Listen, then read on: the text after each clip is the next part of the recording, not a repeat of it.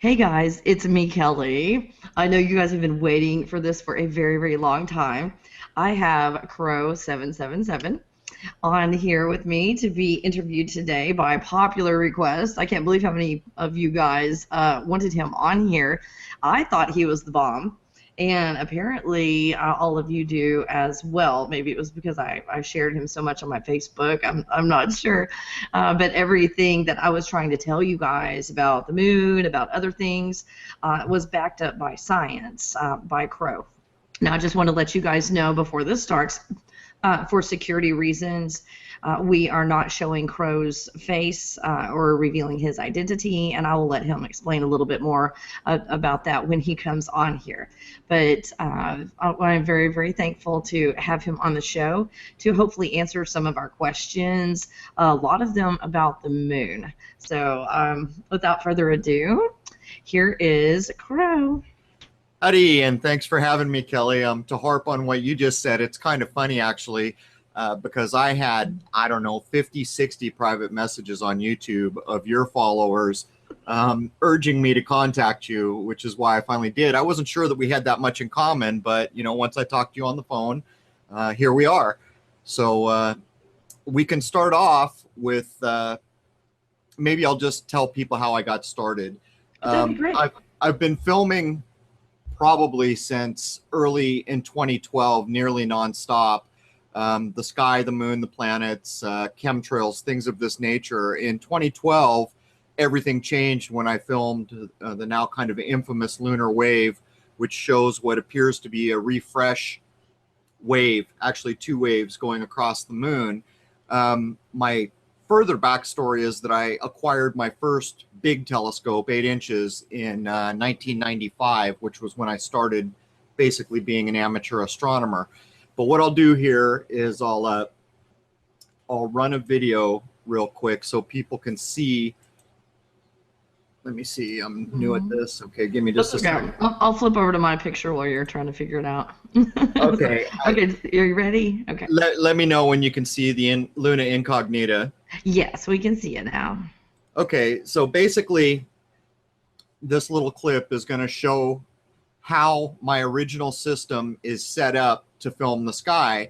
And one of the things I'm kind of known for is the quality of the video I produce. And a lot of folks, since they have been following me, have gone out to buy telescopes and start. So I always like to show this little piece of footage just to kind of show what goes into it. What you're looking at here is I'm just grabbing the cardinal points of the compass. And actually, you're going to see me make a mistake here in a second and mislabel two directions. But it really doesn't matter. I just need to know where south is to do this kind of an alignment with my telescope. So back maybe 2 years ago, this was the system that I was still using, the one that I purchased in 1995, good old American-made equipment that you can't really get your hands on anymore. This is a fully robotic tracking 8-inch telescope. And what I do is align it to the sky so that the scope tracks anything I point it at. And then I put a DSLR camera on the back that shoots high definition video. This is just kind of a shot of the outback, not too far from my house.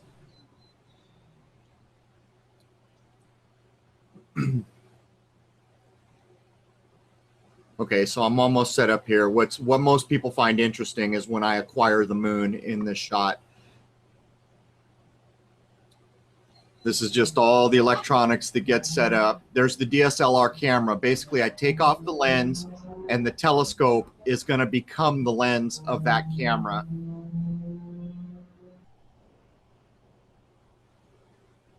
This is a light filter for city lights. It kind of knocks out sodium light and kind of light bulb light from the city. And there the camera goes on the back of the scope, making the telescope just one big telephoto lens. And there's a moonrise getting ready to shoot.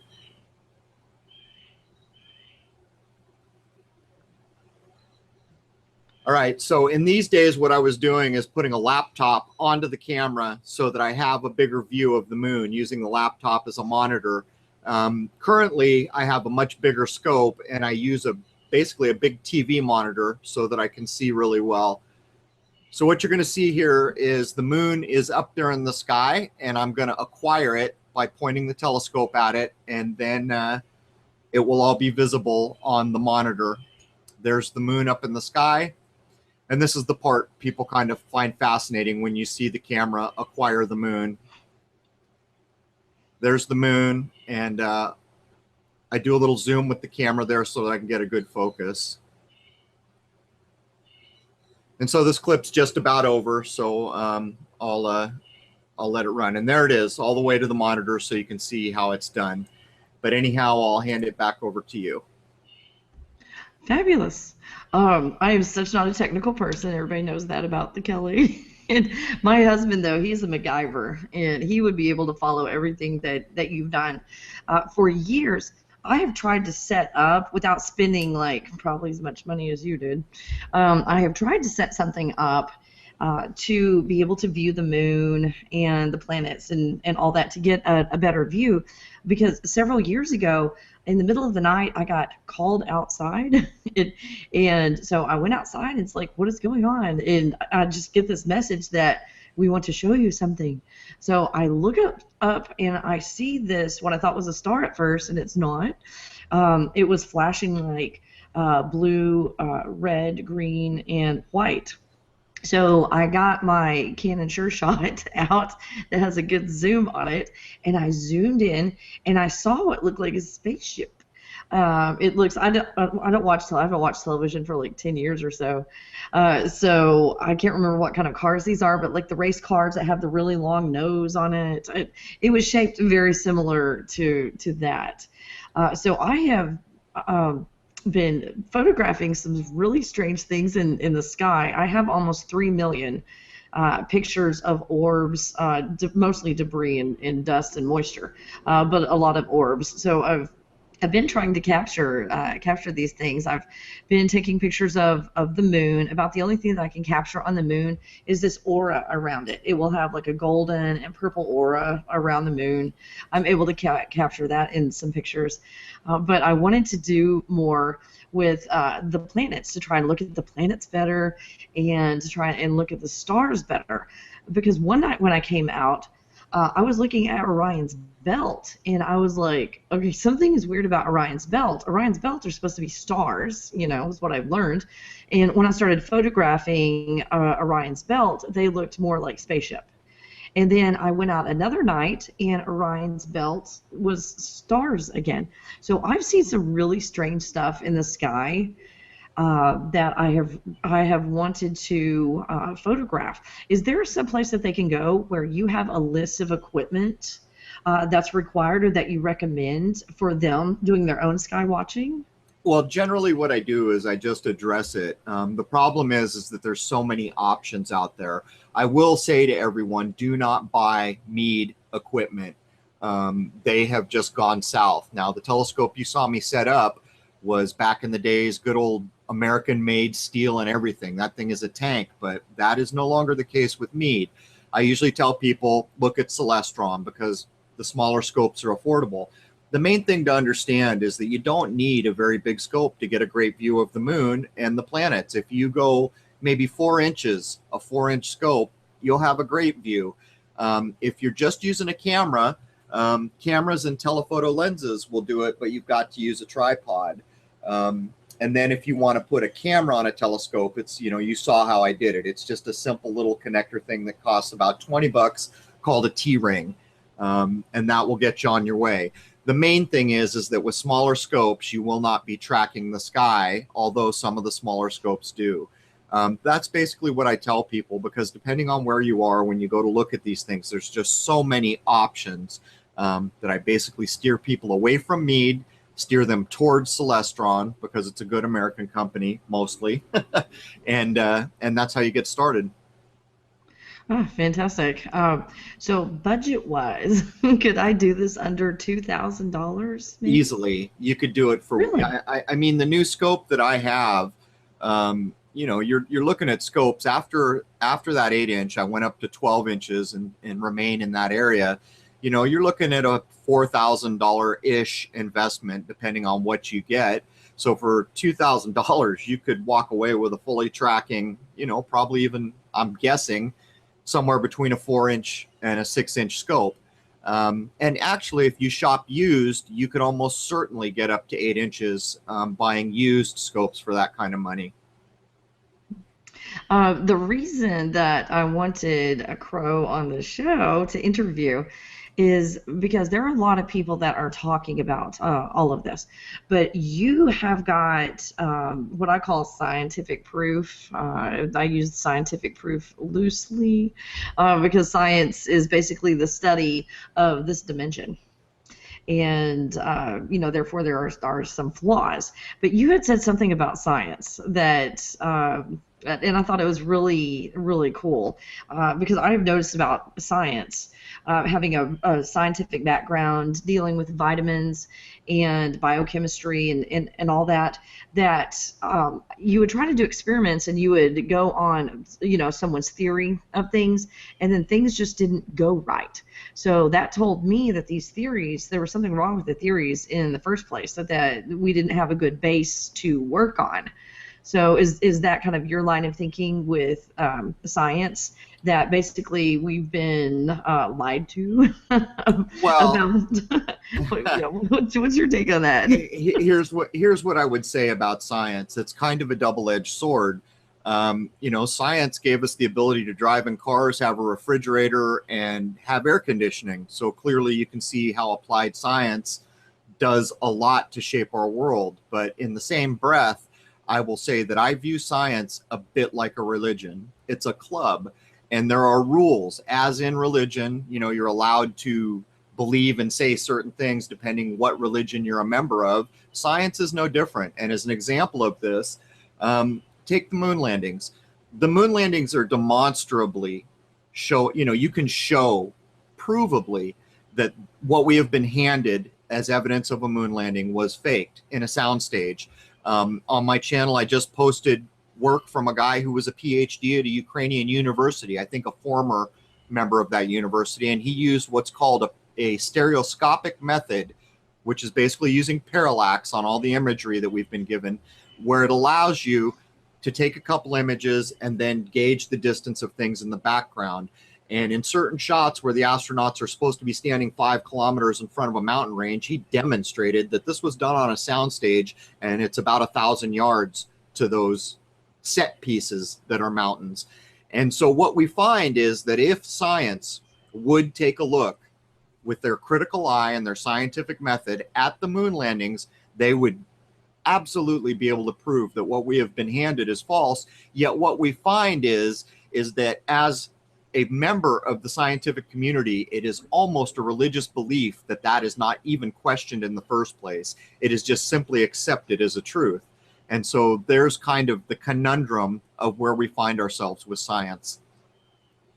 Oh, absolutely. And when you go and look at the plant, like where I grew up with the Clovis Indians, it's basically there was nothing here before the Clovis Indians. Like, they were the first ones here.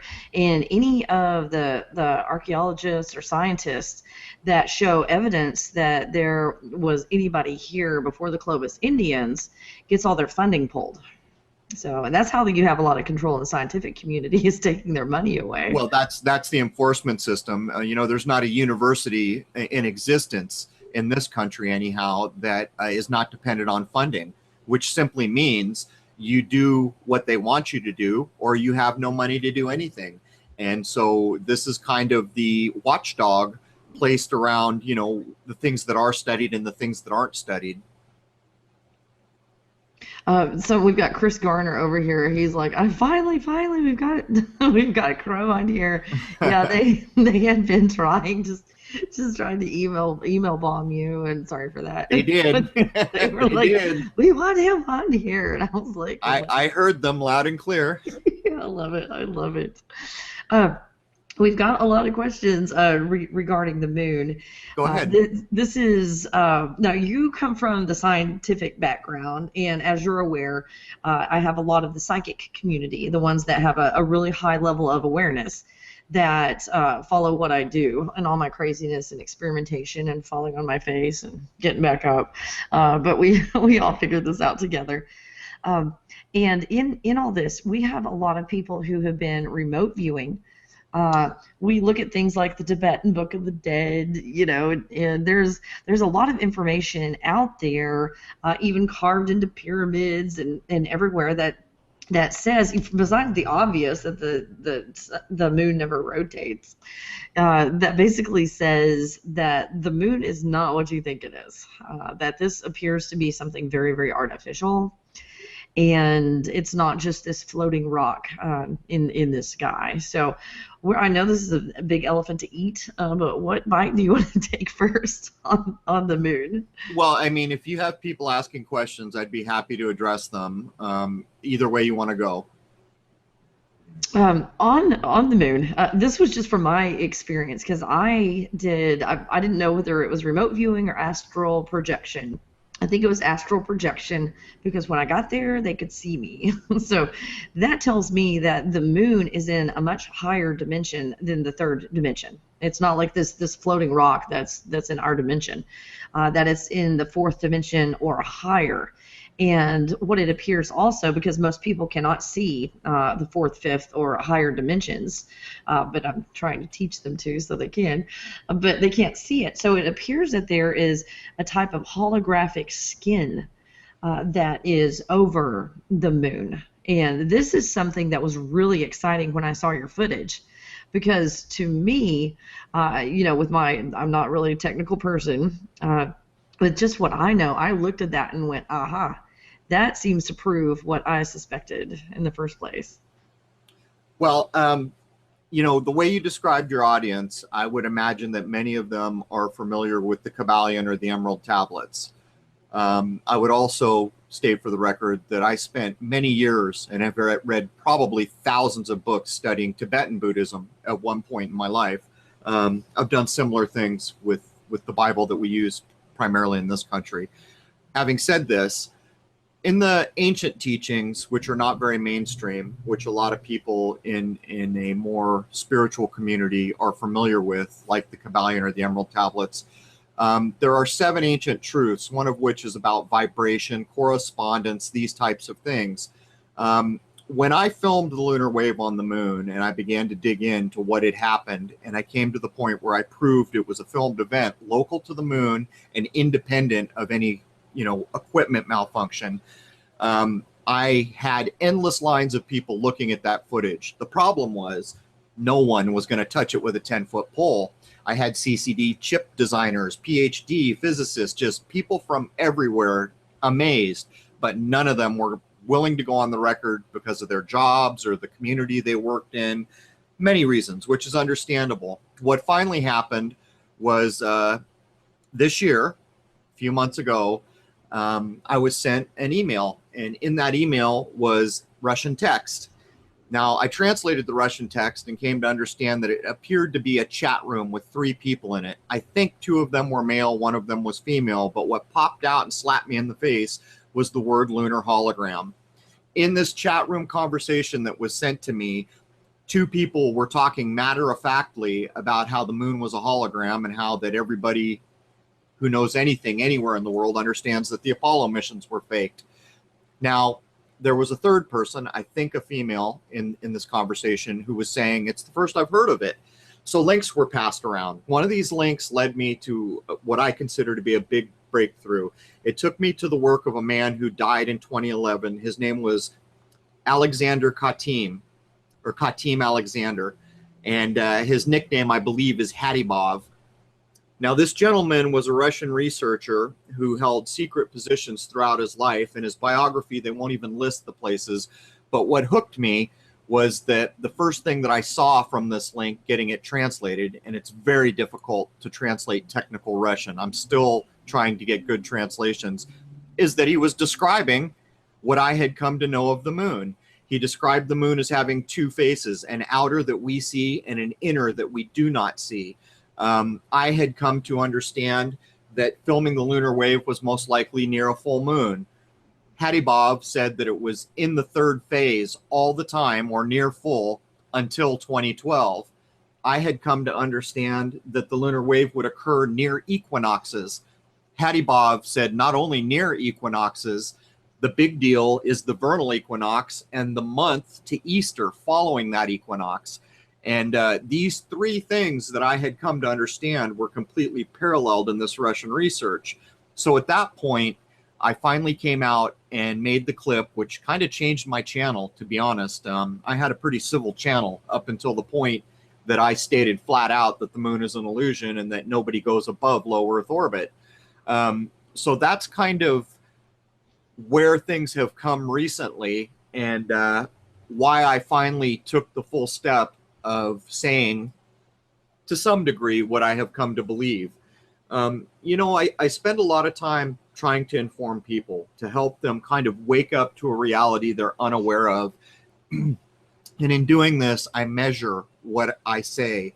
I don't want to say things that are so outlandish that people turn off, because then I've kind of done them a disservice. So what I've tried to do is just kind of a slow progression up to where I'm at. And to be honest, I still have quite a ways to go. Yeah, yeah, you do. And I hope you get there because this is going to be really exciting when you get this information out. Um, so you kind of started in the direction of talking about possibly an enclosed system. I interviewed Mark Sargent recently, and he cites your work a lot. He is very impressed with your work and puts it out there. And I'm not sure what all your theories are, or what you believe and don't believe. That's up to you to tell people. But when I was researching the flat Earth theory and all of the information, it made such sense to me. And all of these questions that I had, growing up and being in school and just, looking at things, it really made sense that this planet could be an enclosed system. Now, in my astral travels and remote viewing and all that, there is definitely something outside of, if this is an enclosed system, that this mimics. There is something outside of that, and I've traveled all through it. So I guess this is a multi-part question. If this is an enclosed system, why? Are they taking us somewhere? Who is in charge? If anybody, I'm sure somebody is in charge, and on what level? And what is this enclosed system? Because when I died and popped out of my body, I went through a membrane that was almost like a dark dome, if you will, that was over this planet that I used to think was round. And you look back and see this dome. So, all these things are going like, something's not right. This is not what they have taught us in school, even about our own planet. So what is your direction or your theories, or what proof do you have scientifically about us being in what you call an enclosed system? Am I saying that correctly? Yeah, that's what I say. And just to be very clear for people, I'm aware that Mark has cited me, and actually he's asked me to do an interview on a radio show he has now. Not bad for a guy who's 3 months out of the gate, but anyhow, I will be doing a radio show with Mark next Sunday or something. Actually, I think it's pre-recorded. I don't know when it's going to happen. This is what I'll say. You will never find me in the flat Earth argument. People have tried to draw me in, and all I see in the concave, convex, flat Earth, all these groups, is I see a bunch of people fighting about the very same thing. What I have gone on the record as saying is that it is perfectly clear that our world has been misdescribed to us. Now, you see so many people making models and doing all these things, and part of my problem with that is you see nobody doing hands-on stuff, experiments with sextants, anything. Any of the experiments you would expect folks to do to go out and start to demonstrate their models. But to me, making a model of the Earth is not important. What is important is demonstrating to people that what we have been told is incorrect. Now, you mentioned an enclosed system. I will absolutely state for the record that this is a closed system and that nobody leaves. I will further state that nothing goes above low Earth orbit in my view, and I don't even think that we can consider low Earth orbit as what we would think space is. But again, space is pretty much an image that has been placed in our minds by television, movies, NASA, over a lifetime. It's a bit like dinosaurs. You've never seen one, but what you think of dinosaurs was an image that was given to you. But having said this, there are some simple things people can consider to think about the enclosed system. One of the easy things to do is go look at rocket launches. If you go look at rocket launches, and actually there's a very good example. If you go to YouTube and you type in rocket launch filmed from a plane, someone stuck a camera out a window while a rocket was being launched, and what you see is almost immediately after takeoff, rockets arc out over the ocean. There's also footage out there. I think another guy, you know what, I'm not even going to mention his name because I don't appreciate what he does so much. But the rocket is shown taking off, arcing out, and in one point of the footage, you can actually see the rocket going down. Now, the reason I bring this up is on my channel, I have filmed things that are posted for people to view that are seemingly in a weightless environment. Not too long ago, I filmed an object with 3 kind of rocket thrusters on it coming back down. It came in front of the moon as I was filming the moon. So the reason I'm mentioning this is because I can easily film something outside of where our atmosphere is supposed to be. Low Earth orbit, it's about 160 miles, we're told. Those numbers kind of vary, but I have the equipment that can see that far. I could even film something in low Earth orbit. So the simple question I ask is, how come no one has ever filmed a rocket leaving our atmosphere? If I can do it with my no-budget tools, how the heck come someone like NASA or someone inside has not filmed this momentous event where a human being is leaving the bubble of our planet into outer space? And the reason is because they can't do it. Now, if I take a minute to hark back what I was saying about vibration, which is kind of covered in Kabbalion, Emerald Tablets, these ancient texts that a lot of people read, in the Russian research I was mentioning, he describes what you began to describe as octaves, which correlates pretty closely with vibration. What he put forward, and again, this is not my research, this is from a gentleman who held secret positions. I don't know how you ever vet it, but I will state what he says. He says that we are tuned, physically tuned to the octave of this planet. Now that in itself, if you consider it, is about like putting you in prison. Because if you are tuned to this and the moon is tuned another way, it means that whatever or whoever is on the moon does not have the ability to come here, and we do not have the ability to go there. And when I read that description, I thought it was a pretty apt description, keeping in mind what we have read from ancient texts on vibration, correspondence, karma, gender, these 7 ancient laws which pretty much permeate everything, even modern science, although modern science changes what those things are called because they clearly don't want you looking back to ancient wisdom, which will also include, astrology, the forerunner of astronomy, and alchemy and things like this. I just love it when I have brilliant people on this show. This is awesome. This is fantastic. Now you're talking about tuned into an octave. Could another vocabulary word to insert in that be dimension? Maybe? I suppose you could, because what we hear people, when they speak of dimensions, basically what they're saying is it's vibrating at a different level. Or its frequency, which is also, in fact, a bit like a vibration.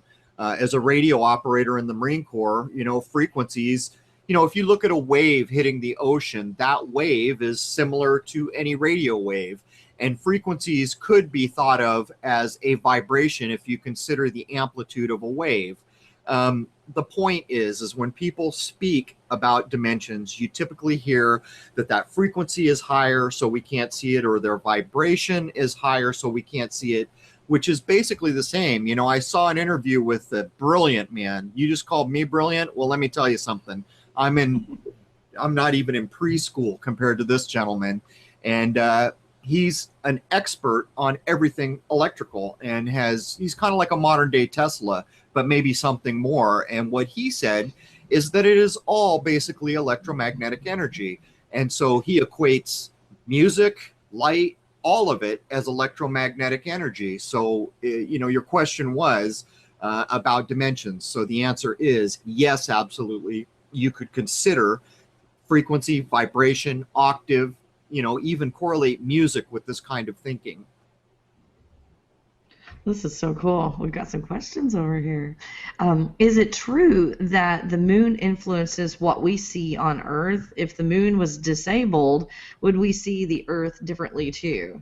And they're probably referring to the movie. Is it He Lives? I'm trying to remember the movie They where live. they live, where he puts on the special sunglasses and he can see that everybody is an alien. So there's a belief out there that the moon controls a lot of things, or brainwashes, whatever you want to call it, everybody on this planet. So what have you found out anything So scientifically to support I'll, that? I'll answer that in two parts. I'll start with the Russian research. The Russian research claims absolutely that what we call the moon and sea is a bit of a facade. I have used the word hologram, which is incorrect, but we have no other word for it. But I have changed to call what we see a facade. He claims there's a control center being hidden behind that, and it's, I guess, a bit like a black cube, although the translations make it very difficult to understand for sure if he's saying it's a black cube. Getting back to my research, what I had come to believe, I believe that the moon is covering a control system that is tied to the sun. The two things that we see that are absolutely part of this system we live in are the sun and the moon. I believe there's a correlation between them. Having said this, many people come and are just shocked that I've told them that the moon you see up there is not a rock orbiting in space. And then they say, how are the tides controlled? It's a fair question, I guess. The point is that the tides are here. We can see them, but they are not controlled by gravity of some rock called the moon in space. In my view, there is a control system that is controlling much of what we see.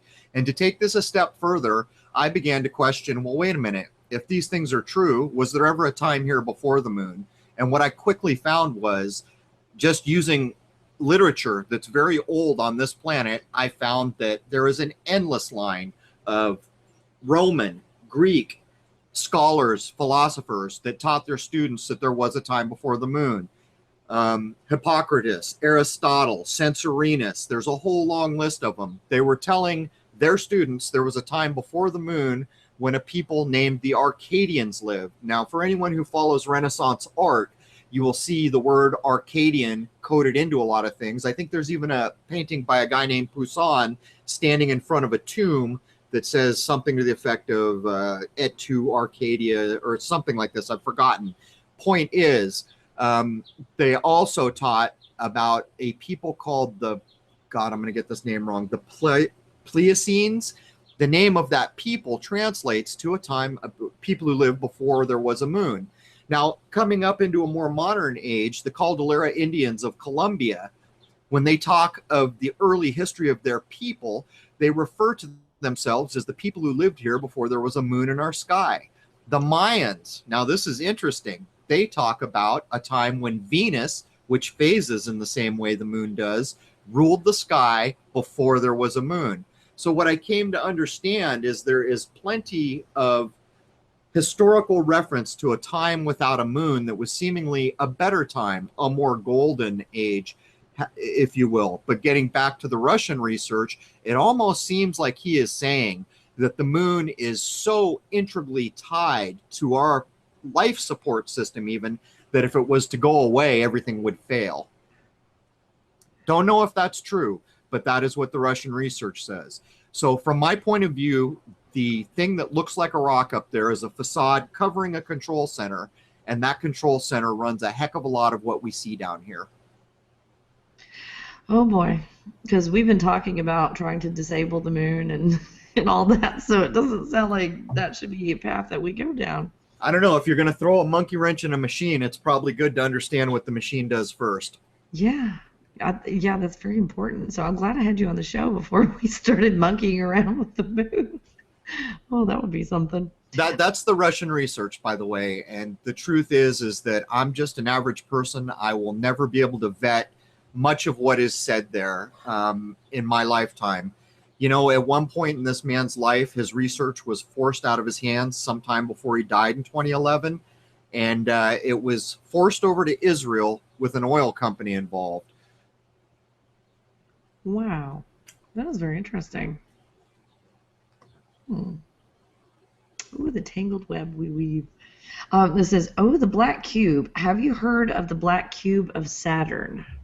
Yes, I mean that's a pretty popular meme on YouTube and in the conspiracy kind of world where everybody talks about the Illuminati, yet nobody really seems to know who or what the Illuminati is.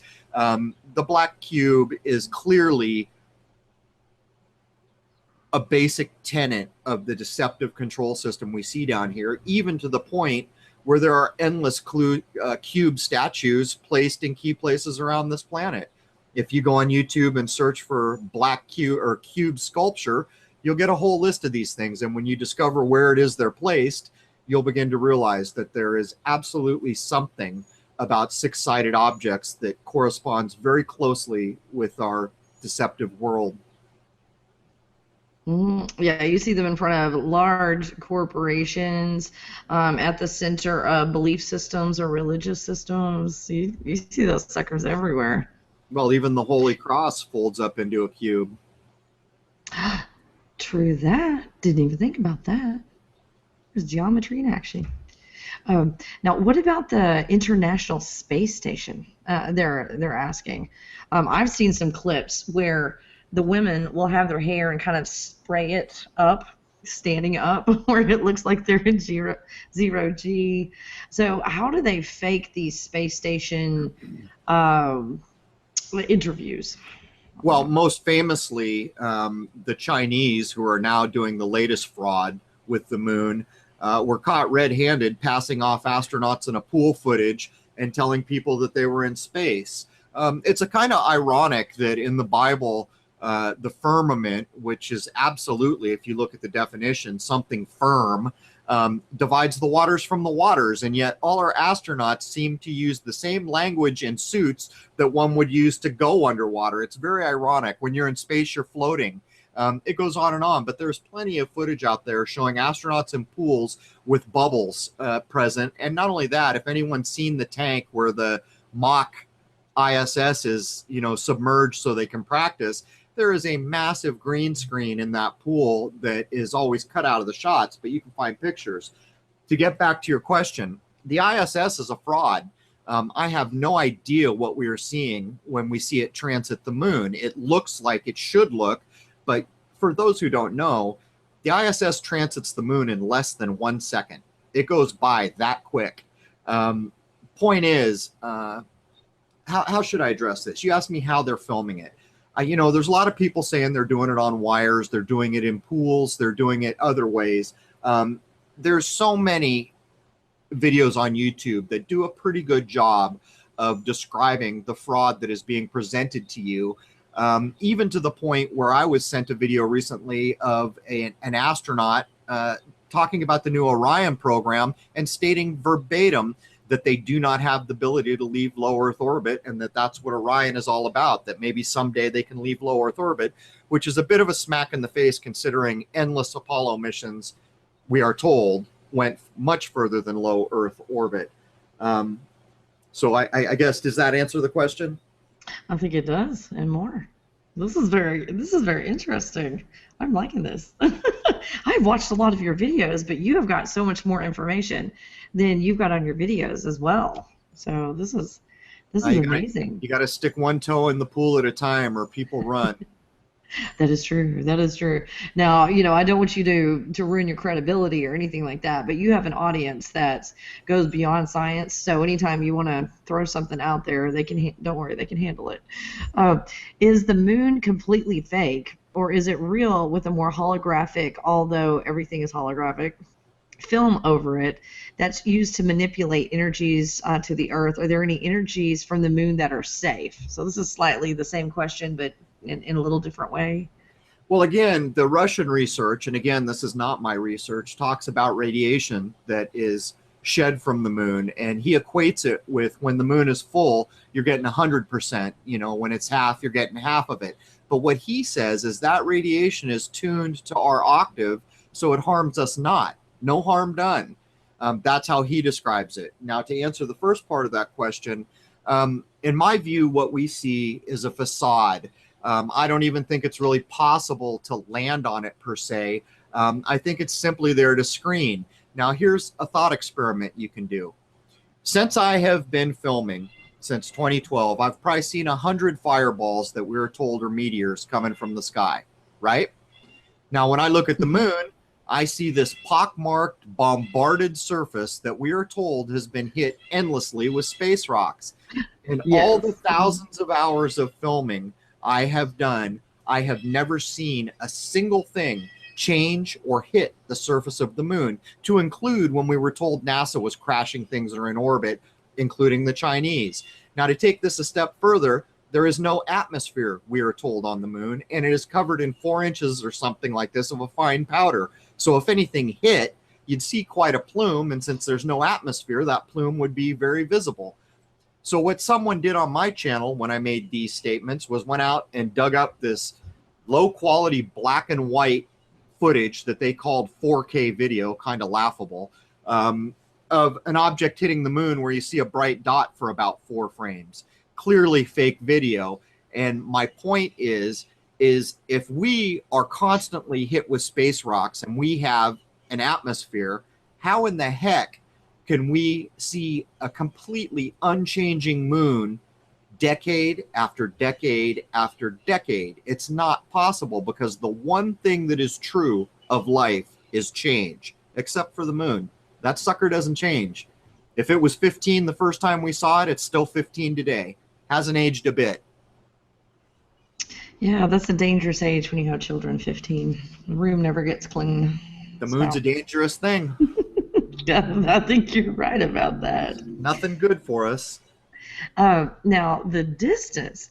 This is something I always had a problem with. Is in school you learn that the moon is so far away and the sun is so far away.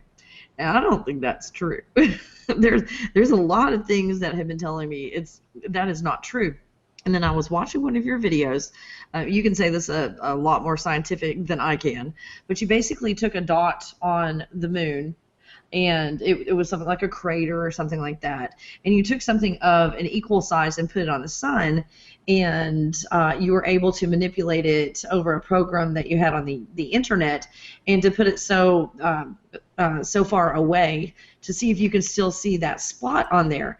And when you got to, now correct me if I'm wrong, I know I've got this wrong. I understood the big picture of what you were saying. I can't remember all the scientific details, but you got it to play the Earth to a place where the moon should be, like that distance away, and there's no way you could even see that dot on planet Earth. So this was just like you were saying, not really a science experiment, but maybe like a thought experiment. Yeah. So that was like, okay, what I'm thinking is probably true then, that these are not where they say they are. So where are they?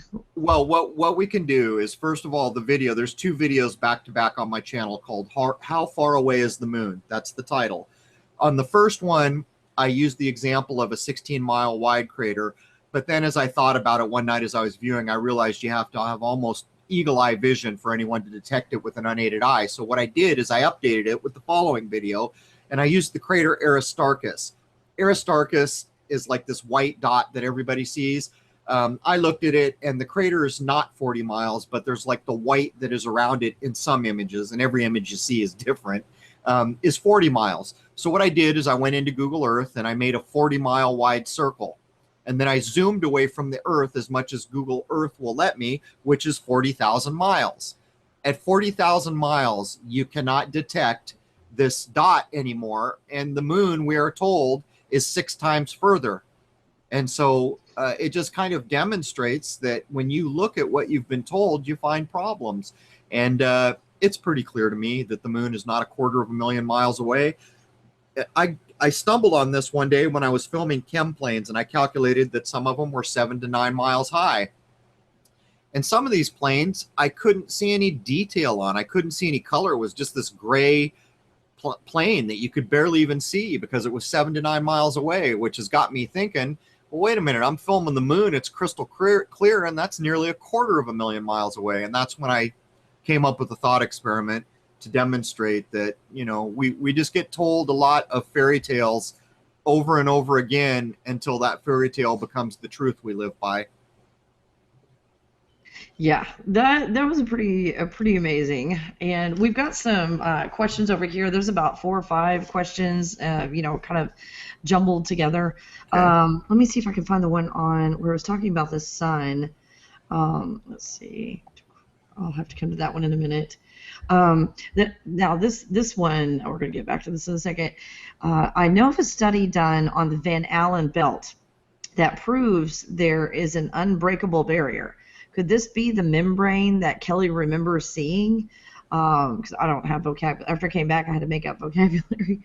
Also, if the things are supposed to, the things we are supposed to see are attached on the membrane.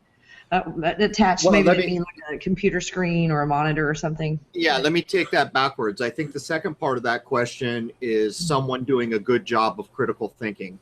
As a matter of fact, that very idea was just echoed in a television show called Ascension, where, in essence, what they had done is locked people in a basement in a spaceship, convincing them they were in outer space, and they had a planetarium around them which projected everything they saw. So I appreciate that individual comment because it shows that that individual is trying to think beyond what we have been told is possible. The first part of that question, and refresh my memory, was what was the first thing that she asked? It was on the Okay, Van yeah, yeah, Allen yeah. belt. Okay, so the Van Allen belts. I did a clip on this. It's one of my least favorite clips because I'd injured my leg and I couldn't sit to edit for very long. So put it this way, that clip is not up to par. Here's my view of the Van Allen belts. We were told up until recently that there was a couple of Van Allen belts, but also all of a sudden, magically, some months ago, they found a third one, and it was described as a glass wall in space. Well, my first problem with that is how the hell are you discovering anything when you've sent astronauts through it numerous times? I think what the Van Allen belt is an excuse to cover up whatever that thing is that prevents us from going beyond low Earth orbit. And I will further say, if NASA says something, my immediate response is BS. Pardon my French, but it does not matter what they say, what image. They have lied so many times that to accept anything, including a description of Van Allen belts, is akin to being insane because you've been lied to so many times. How can you do anything but out of the gate say, I do not believe you? And when you come to do this over a long period of time, you begin to actually see things in a new way because you're not allowing them to draw a false picture in your head. As far as I'm concerned, NASA's description of the Van Allen belts might as well have been presented by a guy smoking opium in a dark cave. Don't buy it. Yeah, like most of the things we learn, it's like, how do you know? I remember sitting in school, and they're like, okay, there's this hard, core to the Earth, and then all this, gooey hot stuff around it, and the crust, and I'm like, so who's been there? They're like, nobody. I'm like, how do you know if nobody's been there? And this is exactly Saturn and what it's made of and what's in the center of it. Really? How do you know the temperature on Saturn? It's funny you mentioned that because it just demonstrates how much of what we accept as fact is actually just a theoretical thing that's been made up to explain something they know nothing about. To put this in context, as I was doing my research about a time before a moon, I wanted to look at what NASA's explanation for how the moon got here was. So NASA presents 5 explanations, but here's the kicker. 5. Yeah, 5 of them. But the first 4 are so problematic that they had to come up with a 5th one in 2010 or 2012, which demonstrates that the previous 4 are false. And the truth is the last one that they proposed in 2012 or whenever it was recently is so problematic that it's no different. So again, we have this thing that we can all see endlessly. We have telescopes that are massive on this planet, and they can't possibly tell you how it got here. Yep, that is kind of interesting, isn't it? The lie goes on and on and on. Now, here's something. This is, I guess this goes in kind of like the skeptic category. And I've watched enough of your videos that I know that these waves are not heat waves. It's not, you know, the technical terms, but not a camera anomaly or a lens anomaly. But we do have and he even starts with my apologies because he's, you know, he's trying to get a hold of this. No But worries. the holographic waves you saw moving upward are, in my opinion, heat waves in the Earth's atmosphere that distort the moon's appearance. So, what is the best way to tackle this? Because I've watched so much of your stuff that it makes sense to me that this is not the camera, this is not heat waves, that you are actually seeing something on there. So, Okay, so the 2012 footage, the first footage that I shot at the fall equinox of 2012, right before the full moon, is the best footage by miles. We do not have existing footage that I'm aware of that even approaches the caliber of that footage. Having said this, there are two pieces of wave footage that were shot early enough in the night that there is enough ambient light in the clip. Now, at the time when you saw me set up my scope, you saw that little light filter. To your eye, it makes the sky look darker sooner than it actually is. But in the 2012 footage and one other piece of footage that was shot at 8:30 at night in September, there was enough ambient light. What a video engineer helped me do was use gamma and some other techniques and add noise to demonstrate that the wave does not cross the video frame. If we were looking at a heat wave, the wave would cross the video frame. It's completely local to the moon. And further, you can actually measure the curvature of the wave, and there's an energy pulse in the lower left limb of the moon in the 2012 footage that demonstrates curving lines traveling over a sphere. So that's basically a bulletproof example of how we know with two of the clips that the wave is not crossing the video frame. that is very interesting. Man, we've got a lot of questions over here. Is that, I mean, is that all you wanted to say about it? Because that makes sense. Well, it's kind of bulletproof. And what happens is a lot of people look at the footage and they say it's dark, you can't tell. But again, you know, a video engineer is the guy who showed me how to do this. And it's ironic that when he chose that footage and I went back and looked at the two clips this was possible, they were both early evening shots. The primary one that matters was shot at 8:30. And people have been able to replicate this. I'm sorry? People have been able to replicate this. I mean, that's part of science. If only you do it, nobody else can do it. Well, oh, I see what you're saying. Yes, we've got 9 people now who have filmed the lunar wave 13 times. I filmed it personally 5 times. The first time that I filmed it in 2012, I shot nearly nonstop, and I saw nothing until a year and a half later, just before the spring equinox of 2014. But you've got to keep in mind, we have some lunar wave captures that are close up to the moon, so you see a lot less of them, and nothing compares to the 2012 footage. And in the Russian research, he says that the lunar wave will occur in the third phase of the moon or near full until 2012. And to this day, that footage stands head and shoulders above everything else we've got. And to me, it just makes common sense. I haven't seen everything that you have, but of the videos that I've seen, these two waves seem to be just about the same distance apart every time. And when you're dealing with heat waves, things are not very consistent. I've done a lot of photography dealing with heat waves and things like that, and I can't see how in the world this would be a heat wave. Well, what you'll notice, the 2012 footage is a good example. Many hundreds of people have noticed this and commented that as the wave goes by, everything behind that wave appears to shift a couple of pixels over, almost like it's a refresh and everything is slightly offset. So, I mean, if you go look at that footage, you can notice that. Not to mention that the wave itself has a bow in it. You can measure the bow as it crosses the equator. We've got someone over here that's really, really upset, and they got rid of their other question, but I'll see if I can remember their question.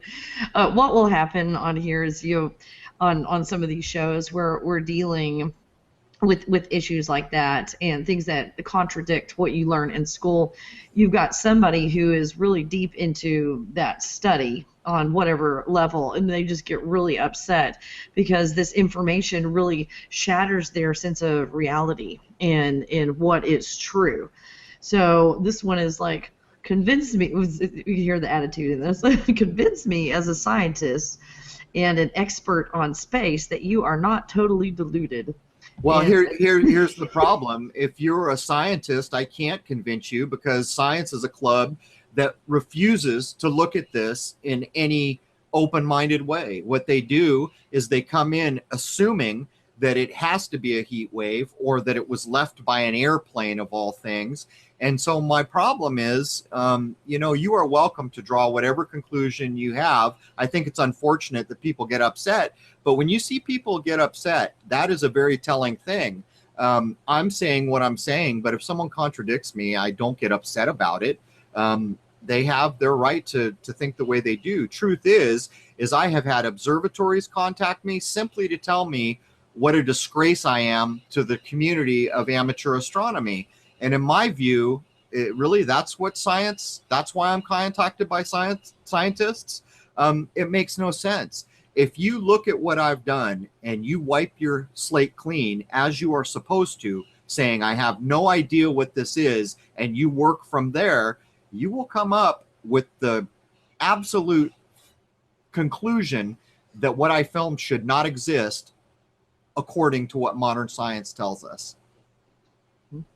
And this is part of the reason that we have, hidden your identity and all this for security reasons, because you are going against mainstream, and they do not like it because they want the sheeple to know some just a dumbed down version and a complete lie is what they want. I don't protect my privacy because of some shadowy organization. I protect it because people get out of hand. They get so upset that I would have the nerve to state the things that I state that they want to take some kind of retribution. And I've had, the lunar wave was, I think, the third or fourth video up on my channel. And it was very soon after that, let's just say attention that I really didn't want started to come. And it makes no sense. If I'm just a crazy guy, then why waste the effort, Mm-hmm. Oh, exactly. Yeah, I've got my share of haters. And they call me witches and satanic worshipers and all that kinds of stuff. It's kind of funny. Sounds like you're in the wrong club. I'm in the wrong club. That's right. Everybody knows what it's like to die that has not died, and I died, but they're telling me what it's supposed to be like. I think that's funny. And I don't know any of these people, so how does Crow... does Crow know about Dark Sky Watcher 74's moon viewing project? It seems like they'd make a great team. I don't know who that is. Yeah, actually, you can see on my channel that, I don't know, 2014, I think around one of the lunar eclipses, I had been in communication with him, and we actually did a clip where we demonstrated that the things I could see transiting the moon, he could see, and he's 500 miles away. Paul is a really nice man, but we have vastly different points of view. And to be honest, what I have chosen to do is be a member of nothing, literally nothing. I belong to nothing on this world, and I go at it from an individual point of view. And I find that whenever I try to work with other individuals, that very quickly agendas and the rules of the things we were taught in school all kind of intrude on what's being done. So what I do is I go out and do what I do. I present it out to the public. And, people like Paul, they're great amateur astronomers. He's got the ability to do anything I've got to do. And yeah, we've talked many times. I think we just have a vastly different approach. And there it is. He's a nice man, though. Yep, there's a lot of nice people out there on YouTube. Let's see. This one is, hey, Kelly, glad I made it to your interview. Hey. I have a question for Crow. Has he ever seen the moon wane or wax from the wrong direction? Oh, and I've got an amendment to that too. I've looked up and the moon has a smiley face one time. It just had a little smiley Yeah, face on the bottom, and it's not like turned. So I don't know if that goes yeah. along with her question. I think I can actually address that. What I noticed two maybe 2 years ago is so many people were commenting that the moon was in the wrong position in the Mhm. sky, and I would go, That's about when what? it was for me. Yeah. Yeah, and I would go out and look, and I caught on to what's going on, and it's for the most part, I think, a misconception if I am addressing this properly. What a lot of people don't know is that if you go out any given evening and watch the moon over 6 hours, it will rotate roughly 90 degrees. Most people have a concept of the moon as being fixed with the face we see locked towards us, which is true. But over about 6 hours, it will rotate about 90 degrees. But it also tilts slightly forward and tilts slightly back. And what this is called is libration, not liberation, but libration. If you go online and look up an animation for libration, L-I-B, they generally show you that kind of whole rotation process with the tilt forward and backwards. So I think what a lot of people get fooled by is they'll go out one night and they'll see that smiley face and say, wait a minute, the moon's upside down. And the truth is, astronomy doesn't help. Everything is so darn complicated. They can't ever just describe something in normal words in a normal way. And it really dissuades people from looking much further. But if you go online and look up an animation for libration, you can probably pretty quickly find that 90-degree over 6 hour rotation with the tilt forward and backwards. Maybe that answers her question. I'm not sure. Answered my question because I thought I was going crazy. The moon was smiling at me. So that makes me feel a lot better. Oh, let's see. They were asking, and I don't the name. I was trying to write it down, but I didn't get the spelling. So thank you very much for letting Kelli interview you. XOXO. I think I may have missed it, but what was the name of the Russian scientist you mentioned? Because I didn't get their name down completely. Katim Alexander. His nickname is Hattie Bob. What you can do is go to my YouTube channel. There is a clip called "The Moon is an Illusion and Nobody Goes Above Low Earth Orbit." In the description of that video, there are some links translated and not translated to some of his stuff. But from those links, you can find everything that is findable. Okay, A lot of it, you'll have to use Bing and Google to translate. And for some reason, Russian is one language that doesn't translate well per se with the tools we're given, but it does the job well enough that you can kind of get the gist of things if you work at it. But I do have some translation links posted. fabulous. It's not a very romantic language either. It's a little harsh. The YouTube channel Conspiratruth has shared a couple videos showing multiple suns. I don't know anything about this. Given the theory that we are being transported, could this be the reality breaking through the facade? I can say this about a year and a half, 2 years ago, I started seeing a lot of comments come into my channel of people reporting two suns at sunset. Now, having done a lot of chemtrail work, what I noticed is that they are covering the sun all the time. You'll see chemtrails covering the sun, but a lot, depending on where you are. There, as a matter of fact, I have a friend on the east coast of this country who has not seen a sunset in 2 years because of chemtrailing. And so I had at one point gone on my channel and said, if you have the ability, film the sun at sunset. Let's try to find out what's going on here. But I think it is pretty clear that part of what we're seeing with chemtrail distribution is the intentional blocking of sunlight and the intentional blocking of our visibility of what may be a changing system, who knows. But I will further add, the very last thing I filmed with my solar telescope was what appeared to be a perfect reflection of the sun, roughly 5 sun widths away and a bit offset, almost as if it was a reflection off something above me. Now, when I filmed this, I didn't post the finding yet. I knew I had to do tests to make sure it wasn't lens flare or something else. I have not seen the sun since the day I posted that clip. Wow, that's very telling. Could be. Needs to be tested.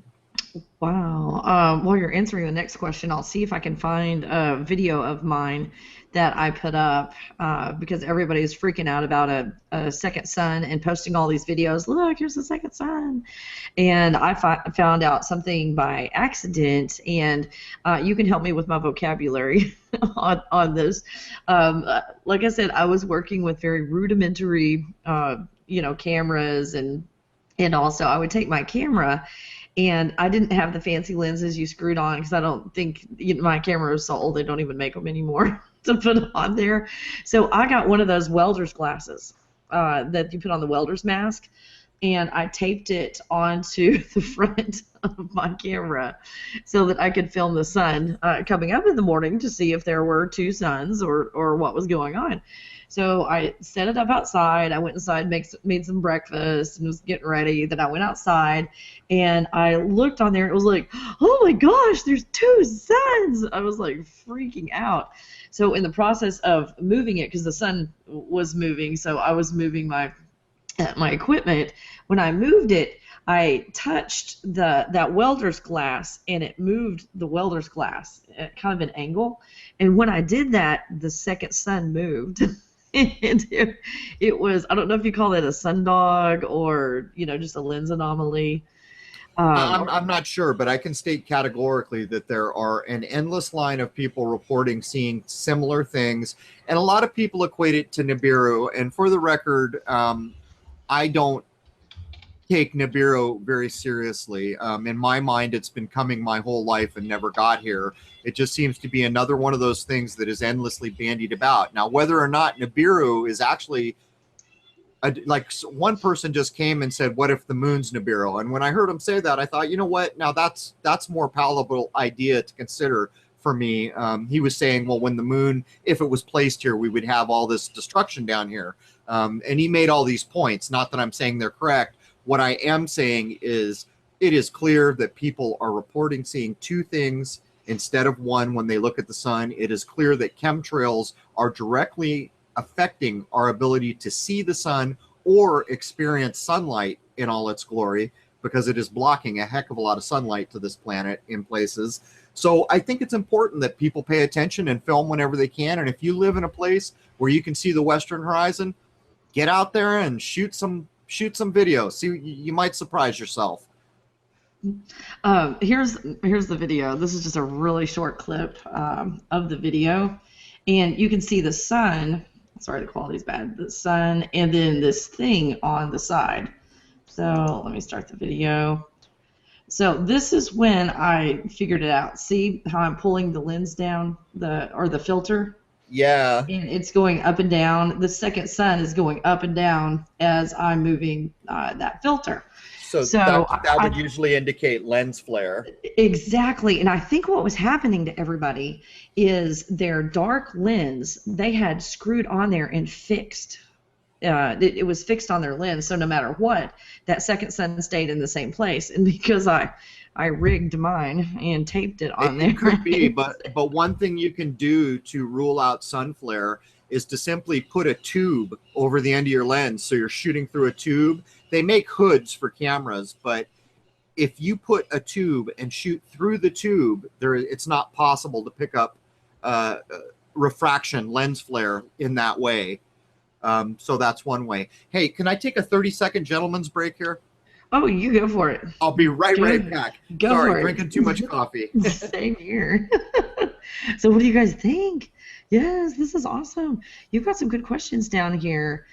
Some of these are like repeat questions, so I might not be able to get to some of these. Let's see. Dark side of the moon. Oh my. Someone's talking about women are being kidnapped and brought to the dark side of the moon. They better not kidnap me and bring me to the dark side of the moon. They're going to have a whooping. We'll see what happens to them.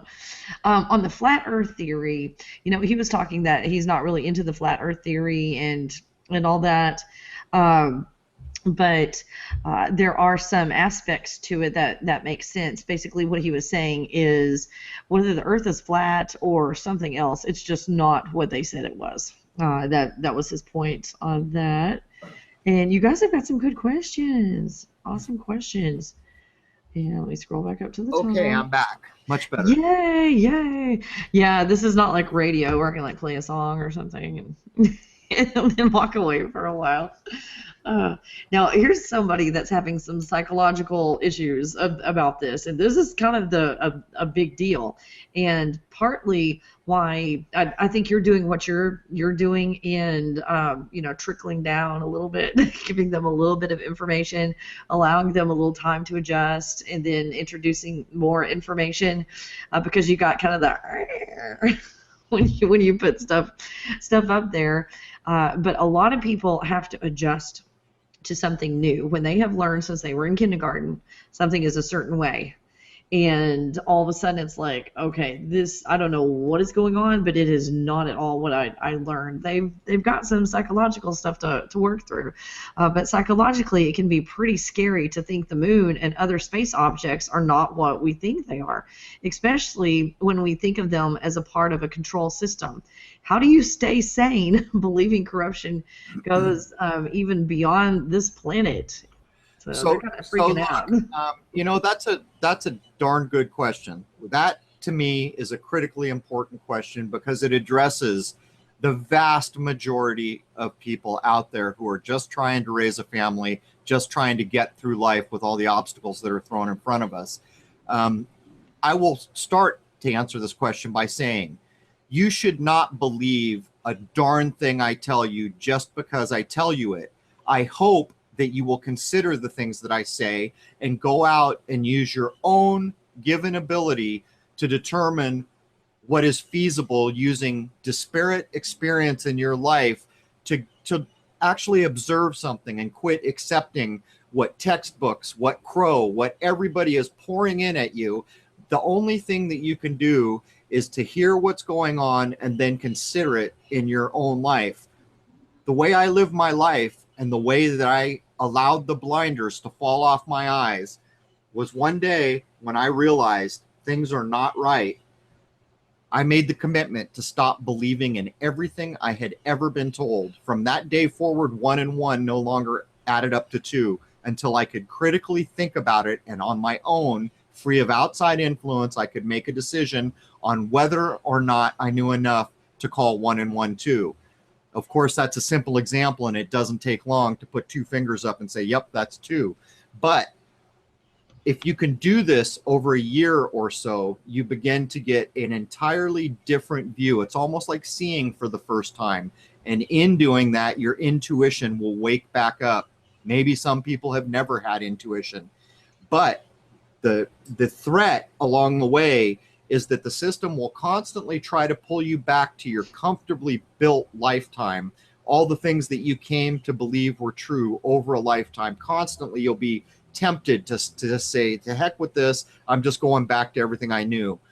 Now, an animal might get sucked into that. A human being has the ability to persevere and stick to their guns. If you can stick to doing this for an extended period of time, like a year, you will begin to see. During this process, the initial shock of understanding that everything that is being thrust at you through a television is false, that much of the bases that you have foundationally built your life on were false, you gradually come to understand. It's almost like the 5 stages of grieving in a way. You know, you're going to be upset at a point. You're going to deny it at a point. You're going to come to grips with it at a point. And at a certain stage, you just come to understand, you know, today is no different than it was 20 years ago. I just know something different. So that's maybe the best way I can answer that. That's a really good way to answer that, because it's tough finding out things are not the same. It's like your parents coming up and saying, "Oh, by the way, you were adopted." What? I thought you were my parents this whole time. No. You were also talking about 1 + 1 = 2. Does it really? We had a discussion about math yesterday, you and I. We did, you know, and it kind of underscores it's pretty clear that the system of deception we live in was built by people who understand the reality of things. I mean, what you and I were talking about is, what if it was something as basic as we use a base 10 math system? Now, we're told the Sumerians used base 60. What if a base 10 math system simply will allow you to go so far and no further? I mean, what if it was something that basic? And while I'm not saying this is the key to it all, I'm using an analogy here to kind of underscore that, we are locked into systems that we are forced to use, like an alphabet, like math. These are things that we don't have a substitute for. So we're kind of stuck in these systems to try to reach further than we currently have. And it's quite possible that the very system, it's not just possible. In my view, it is almost absolutely true that the systems we've been handed to work within will allow us to go to a certain point, but no further. Mm-hmm. And they disrupt what our bodies naturally do. I mean, we're supposed to be here. We were talking about the octaves. We've got the vibe here on this planet. We're supposed to be here. And when you are truly in tune with what is going on, then you can access information that is difficult to access if you are being mind controlled or you're under control. And along with the math, because math just kind of went boom, in front of my face, because nothing really makes much sense till it comes to geometry. Then you get into geometry, it's like, I'm understanding now, because it's very spatial, and you see it that way. But then when you start to put the numbers to it, there are generations of kids right now that are having a difficulty with math, just despite the fact they're trying to make it difficult, because their brains don't work that way. They are so highly intelligent. I ran a school with kids who were ADD, ADHD, and dyslexic and high-functioning autistic kids. And once they got the big picture of math, then they were easily able to apply these symbols to it. So the math, I think they have it the way it is to disrupt our systems and for it not to be natural. Also, the clocks. Why are there 60 minutes in an hour? Why are there 24 hours in a day? What about your calendar? Why did we divide it up into roughly, 30 days per month, 12 months, and then why do we have a week is 7 days? All of this is done, and when you're born into a system, you don't ever question that system. Well, that's just the way it is because that's the best system, but it's not when you start to look at all these individual systems. Well, what you're pointing out here is actual systematic targeting to pull people out of a natural cycle. Yes. Now, in the Western world, we're kind of taught that time is linear. In a lot of other places of the world, time is cyclical. Now, if you go back to Julius Caesar, one of the first person we're aware of to screw up our calendar and move our actual beginning of the year, which should be March, should be the first month of the year, he moved it to January. And then you have this Pope Gregory, he took it a bit further and made an arbitrary year zero, or there was no year zero, year one. And then they divided up our calendar into 12 months, which doesn't evenly divide the year. But to take that a step further, if a circle is based in nature on the amount of time it takes us to go around the sun, then basically a circle should represent a year, right? Well, our circle is 360 degrees, yet we know it takes 365-ish days to divide up the year. So at the very base of mathematics based on a circle, it's out of step with the reality we're in. It's that simple. And even when you look at the Mayans, I think they had something like 13 months of 20 days or something, a much more even division where they were left with a remainder of 5 that they dealt with in a particular way. But the point is way back then, their calendar was more accurate than ours is today because we're still throwing leap years and these other ridiculous things. And then to top it off, they throw us into daylight saving time to ensure they knock off your circadian rhythm twice a year. Yeah, I hate daylight savings time, and there's no use for it. The reason they gave us in the first place was, because of farmers, so that they could have more daylight to go. Here's something to consider. There's a quote from an Indian who, when first heard about daylight savings time, he said only a white man would cut a foot off the bottom of a blanket sew it to the top and think he'd change something. Exactly. I mean, if you're a farmer, because my family had land, miles and miles of land, and you don't get up by the clock. You get up when the rooster crows, when the sun comes up, and that's when you go. So why do you need a daylight savings time? The That's farmers not get up. that's not what daylight savings time is about. Daylight savings time is about something else altogether. Oh yeah, that's another part of the lie. And that's why it's so hard for people to get their heads wrapped around this, is because of the assumption of all this stuff to be true, just because they've known it their whole life. Mm-mm-mm. Oh, you mentioned chemplanes, chemtrails, and all that. Yep. Do you know what the chemplanes contain? Indianapolis has lots of airports, but I see those planes quite often leaving clouds in the sky. Sometimes there's more than one leaving grids. Is it targeting certain people? Is it deadly? Should I be concerned? I have something on top of that. The chemtrails, I have seen so much footage out there of a chemtrail being made, and there's no airplane in front of it. Or this ball will appear, and then it will disappear, and then something that kind of looks like a plane, but there's no wings, and then it will go away. So what have you, looking at the sky, what do you know about these chemtrails and the planes? The biggest problem with talking about chemtrails is we have so many people wildly speculating, which is not helping people to understand that it's a real thing. I live in an international airport flight path for the last 10 years. Actually, I have too, DFW. Yeah, Mm-hmm. I have never once seen a commercial airliner leave a contrail or a chemtrail. Now, there is plenty of research out there that claims the modern high bypass jet engine isn't really capable of leaving any significant contrail. And the main argument about chemtrails is they're simply contrails, which is a flat out lie. I have spent probably thousands of hours filming chemtrails. Now, to get back to the previous part of that question, in the global lab results that people have done, and there have been lab tests all over this planet, there are 3 heavy metals that seem to be common. God, I can't...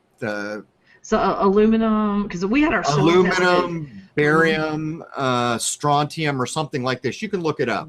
But anyhow, if you consider, you asked if they're good for you. Well, spraying any kind of a man-made substance into the air on particularly these 3 mentioned things, where a certain part per million is not even legal to do, what you find is, of course, it's not good for us.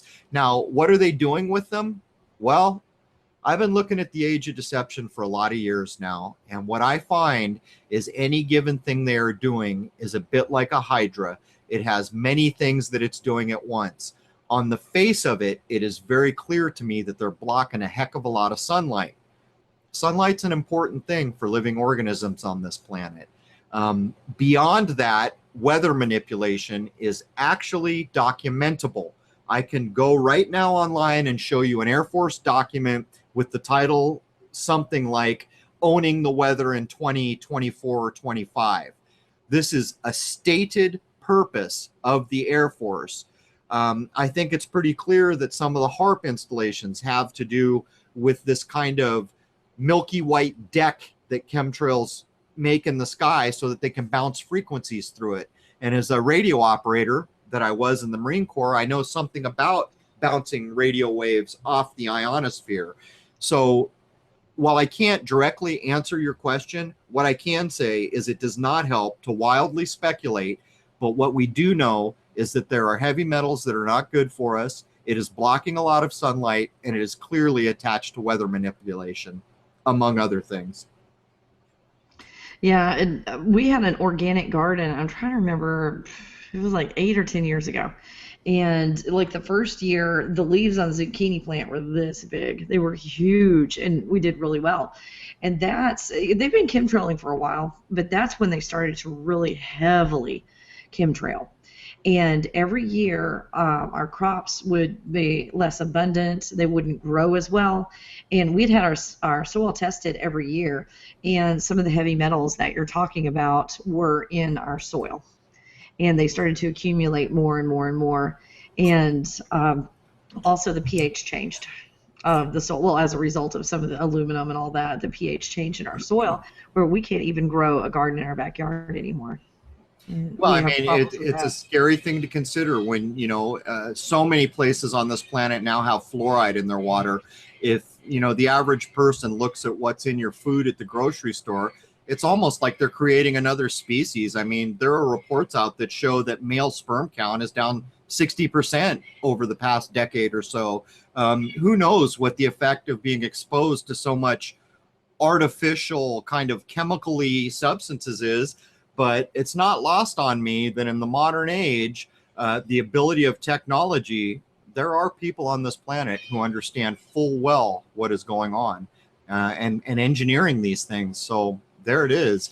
And if that is not a good reason to kind of come to understand the age of deception that we are living in now and has been going on through known history, as far as I can tell, um, it's a bit like the Matrix movie where Morpheus says to Neo, if you're not free of the Matrix, then you are potentially an agent of the Matrix.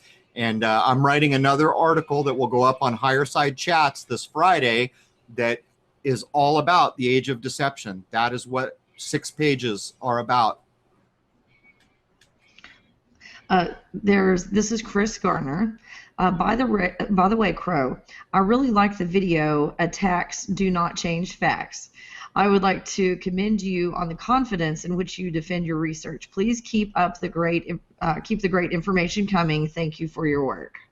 There you Well, go. thank you, Chris. It's always nice to hear a positive mind out there, because it wears you down over time dealing with just the high level of kind of coordinated negativism. I mean, there's a channel out there right now that the last 24 videos on his channel is just dedicated to trashing, Crrow777. So thank you so much, Chris. Wow, I've got those too. Those videos out there, it's like, really? Oh boy, people have nothing better to do. Do planetary alignments interfere with the energy between the Earth and the Moon? People are predicting an earthquake tomorrow in California based on planetary alignments. Supposedly, there are natural disasters which the planets when I'm sorry. I don't know what I need to get my smart girl glasses on today. There are natural disasters when planets align between the Earth and the Moon. I don't buy it for a second. I think almost everything you've been told about tectonic plates and earthquakes is complete hokum. I think, if you consider the level of technology and that they can't possibly predict an earthquake at this point, or even really tell you much more than tectonic plates are slipping, it's complete fallacy. And as a matter of fact, I have lived in Southern California my entire life. I've been through quite a few earthquakes in my day. The biggest earthquake I was in was on Easter of all days of 2010. Now, the thing about that quake is they played it up and it shook for quite a while. The best footage the news could muster was water sloshing in a pool, and I forget the size of it, but the magnitude was up there. And anyone who understands the Richter scale, if you're told we had a 7.0 and then a 7.1, the 7.1 is 10 times stronger. So if you consider what moving up the Richter scale means, is that the next quake up is a heck of a lot bigger. But happening on Easter and experiencing it was really what began to wake me up to what earthquakes are, particularly when you look at the Russian research and the things he says about Easter Day, when the Catholic Church is smearing ash on the foreheads of all its followers, right over their pineal gland, smearing ash. Oh, that's profound. Wow. Now, on the earthquakes, I have been subscribed to Dutch Sense, and I don't know if you know who he is. He does a lot of looking at the moon. I'm sorry, looking at the sun. And he, over the years I've been following him, he has predicted earthquakes, and they happen. But it has to do with solar flares and the things that go on the sun. Is that something you're familiar with, or does that work in with the theories you have, or the proof that you've got for these earthquakes? I have a very close friend who follows that gentleman, and has been very impressed with his work. I can't really comment on it because I'm not familiar. But I can give people an alternative perspective, which I think is critical to look at, because there is no doubt of the numerical encoding in all the deception we see, particularly in the news. There's a young gentleman by the name of Zachary Hubbard, who runs a YouTube channel.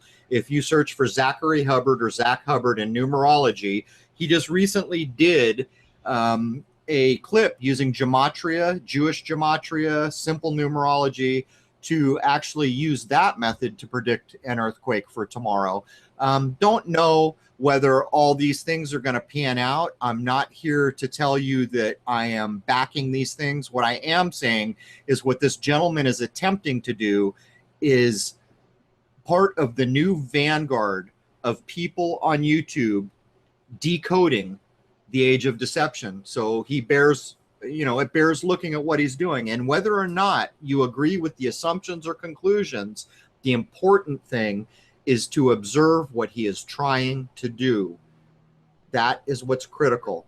You see so many people like the flat earth, they're going to fight over whether it's convex or flat, when at the very base of what they're doing, they're all saying the description we've been handed is wrong. It makes no sense. And that's why I don't belong to communities, and I will not belong to communities. Getting back to Zach, he's using the numerical coding system that he is attempting to decode, and I think it bears witness. It is a good thing for people to bear witness so that they understand that there is, in fact, a numerical coding to almost everything that goes on. Mm-hmm. And numerical coding, could that, another word for that be like frequency? Well, it's whenever you've created a code system, like you look at 9/11 and how it's been echoed in movies, even decades before it happened. It's been echoed after. You consider what is being done here, and the only thing you can logically deduce is that there's clearly a system in place that requires things to happen on a given date, echoes to occur before it, echoes to occur after it, and then preceding events that will tie in to previous events. So it's a system of some sort. So I suppose it would be easy to consider somehow this ties in with systems of octaves, or Lord only knows. Yeah, we've all got, and this is what you find out. Everybody's got their own vocabulary that they use, and people argue over these vocabularies. And what I try to do is paint a picture, and instead of using vocabulary words, because that's where I think people start butting heads, so you use the wrong vocabulary word. So I try to use as many as possible. We've got somebody, is there an explanation as to why some people feel a connection to the moon? I think what we see in the modern age, well, let me go at this in a different way. When I first set up my YouTube channel, I saw so many people commenting, to hell with the people who don't get it. And when I first started my YouTube channel, I thought, wow, I really don't agree with that. We need all these people. You don't just leave behind a huge part of your population saying, I'm sorry, you can't understand, to hell with you. And I really took issue with that. As I got years into this, what I came to understand is that the majority of our population is not catching on. And so the truth of it is that when you go out to speak, as we're speaking now, you're primarily speaking to people who either are getting a clue, have a clue, or simply understand. To be frank, you got to do the best you can, communicate in a way that helps people to begin to see the complete veil that has been cast over what we call life on this planet. And understand that there are going to be large groups of people, whether they're genetically that way, whether, in the Russian research, it claims that there's 3 genome types on this planet, and that starting in 2009 and ending in 2012, there would be over 5 billion people whose brains would no longer be updated by the system. Now, I'm not sure what you do with that, but when you consider what we see, considering excuse me, that the vast majority of people are not catching on, it's almost like their brains are not being updated. How can they not see that all this news is false when it's been demonstrated so clearly? How can you not understand that the moon landings have been presented with false video when it's really been, dissected to the point where there's no question? It's just a matter of what you choose to believe. And, what the moon plays into, I've already said, the moon is a control system. So there it is. Hmm. And I think it's also what people get used to and they spend a lot of time doing. A lot of people spend a lot of time on the television. And I remember in college one time, I had never watched soap operas, but I started watching a certain soap opera, I think As the World Turns or one of those, in college. And at the first, it was like, really, this is the worst acting I have ever seen. And then you start to get into it. And then, one of the characters died, and I just bawled like a baby and, threw myself on the television. No, no, he died. And anyway, so then I did something else, and I got away from the soap operas. And it was a few years later. Somebody was flipping through the channels. I'm like, oh my gosh, As the World Turns, or whichever one it was. I was like, oh my gosh, let me see that, see if the same characters are on there. And then you look at it again and you go, oh my gosh, that is the worst acting I've ever seen. How did I ever, get in my head that this was true or real life? So I think people get conditioned. Well, what's scary about television and all modern technology is people simply do not understand what is possible with flicker rates, frequencies, colors, because colors can basically be broken into frequency, sound, the combinations of these things, sigils, just all kinds of stuff coming at you out of that box, even when it's turned off, the frequencies that can be generated from just the energy in it. And what tends to happen, I heard it described very well by a gentleman once, as he referred to it as marinating people. It Ooh. marinates you to prepare you for an eventuality that you will then accept and then play a role in unknowingly. And I cover this in the article that's about to be published on Higher Side Chats, where I do a thought experiment and I stipulate there's a newscast going on, and it's a horrible event that's being shown on this newscast. It's 100% false, completely made up. I stipulate that. The person watching the newscast assumes that it is all true. Then that person goes to work and talks to people all day long about this made up false event that was presented on the news. And then I ask the question, is this person a liar? Has this person told unknowingly lies? Has this person furthered the lie that was propagated by that false news report? And I ask these thought experiment questions to kind of demonstrate. And the truth is that there is no better place to see the encoding of our planet than there is in TV and movies. But it is a trap. If you get sucked in and are being entertained, you no longer have the ability to see detail. And let me tell you something, the devil is in fact in the details. And if you can't see them, then you're walking around blind. Yeah, logic and reason goes out the window. We haven't watched television for 10 years plus. And I went over to my friend's an attorney, and they have one of these new televisions. And I don't know what the technology is, but it looks like the ones on the television are in the room with you. It's like, I've never seen anything like this before. And I had a hard time looking away. And I'm like, that's why I don't watch television, because if I can't just easily look away from something, something is drawing me in and trying to do something against my will. Yeah, it hypnotizes you. People can look into flicker rates, frequency, all the things that can be done, but you better understand that sigils and other darker things are being flashed at people. And what people also don't understand, like if you were to look at, say, medieval concepts of what black magic was, it was best applied when people were in a high emotional state.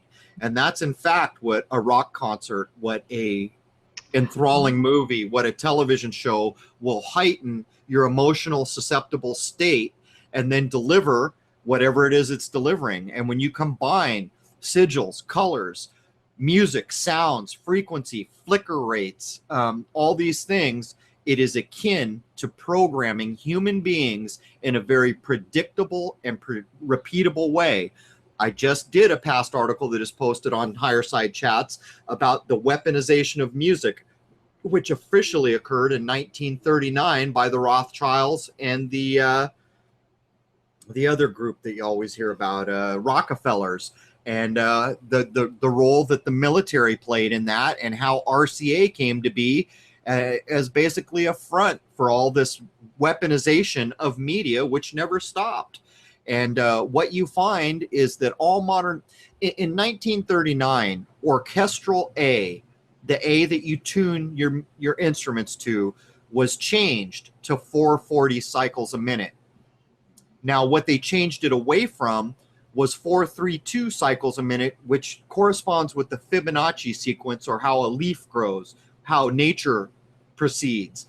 Now, in doing that simple 8 vibration change, what they did was created tones that are more aggressive and heighten the effect on a human being.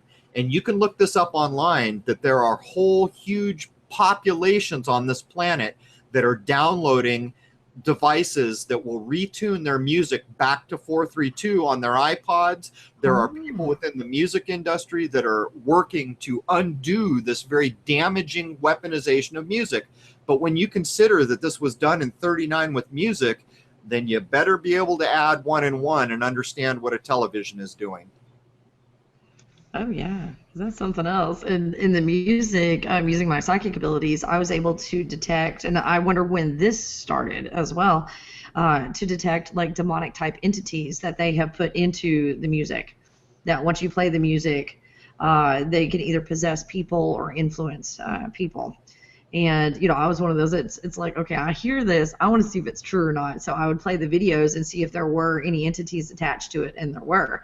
So I wonder when they started doing that as well. Well, I can't speak directly to that, but what I can say is that if you're a person who understands when you're listening to the radio and a song like Hotel California comes on, and that song seems to stand out from everything you've just heard over the last hour, if you think it's just because that song was cleverly written, you are sadly mistaken. There is a reason that that song gets the response from people that it does. There's even a Seinfeld episode that makes fun of us using Eagles music. Desperado, the song Desperado is used in this Seinfeld episode, that when this guy hears it, he just completely zones out and starts staring into space. And so one of the main characters says, well, I want to have a song. Can we use Witchy Woman as her example? And at the end of that episode, it shows a surgeon operating on someone, and the song Witchy Woman comes on, and he drops his scalpel and goes into a zone. But what I'm telling you is if you can pay attention closely enough, that when certain songs like that come on, there is a reason why they have kind of stood the test of time and are always the number one thing, and just kind of have that different effect on you. It's not simply because it was a cleverly well-written song. There is much more to it than that. Yeah, that Hotel California gets me every time. You're right about that. It comes on, and I go into a trance when that comes on. Oh my goodness, I gotta be careful. Now we were talking about the atmosphere of the moon, or that there is no atmosphere, or there is an atmosphere, and I can't remember the name of this, but I've seen it on YouTube. There's the videos out there. I think someone pirated it or something. But this guy, he had worked with color. I don't know if he was an artist or digital artist, and he saw that when you can take a black and white picture, that you can look at the different shades of the black and white and gray, and you can correspond them to like different colors of green or yellow or different colors like that. So he took pictures of planet Earth basically in black and white, and then took the same picture, I guess, with the color on it, and then had a computer program. And then they took the pictures of the moon and applied the same concept of, here's black and white, but if we apply the colors to the black and white, then suddenly you see a completely different moon than you thought. That there are plants on it, there's lights, all of a sudden you can see spaceships, the ones that look like donuts with the hole in the middle. Those are all over the place. And suddenly you can see streets and buildings and cities and all of these things that and bodies of water that you couldn't see before. Have you seen what I'm talking about, or know anything about that? No, I haven't seen it, but I mean, people have seen Danny Wilton's work and other things where, you finally, you're seeing demonstrated things that should not have been known back in the year when they were put together. But not only that, that all this imagery is held within this thing that doesn't appear to hold any imagery at all. And while my concept of the moon is that it's a technology that's far beyond anything we have words to describe it with, it would not surprise me to find out that there's a whole, lexicon of imagery that could be brought forward at any time. Now, on this planet, and this is kind of putting the flat Earth theory aside, there are other theories like our planet is hollow, or it's not just a big floating rock like the moon.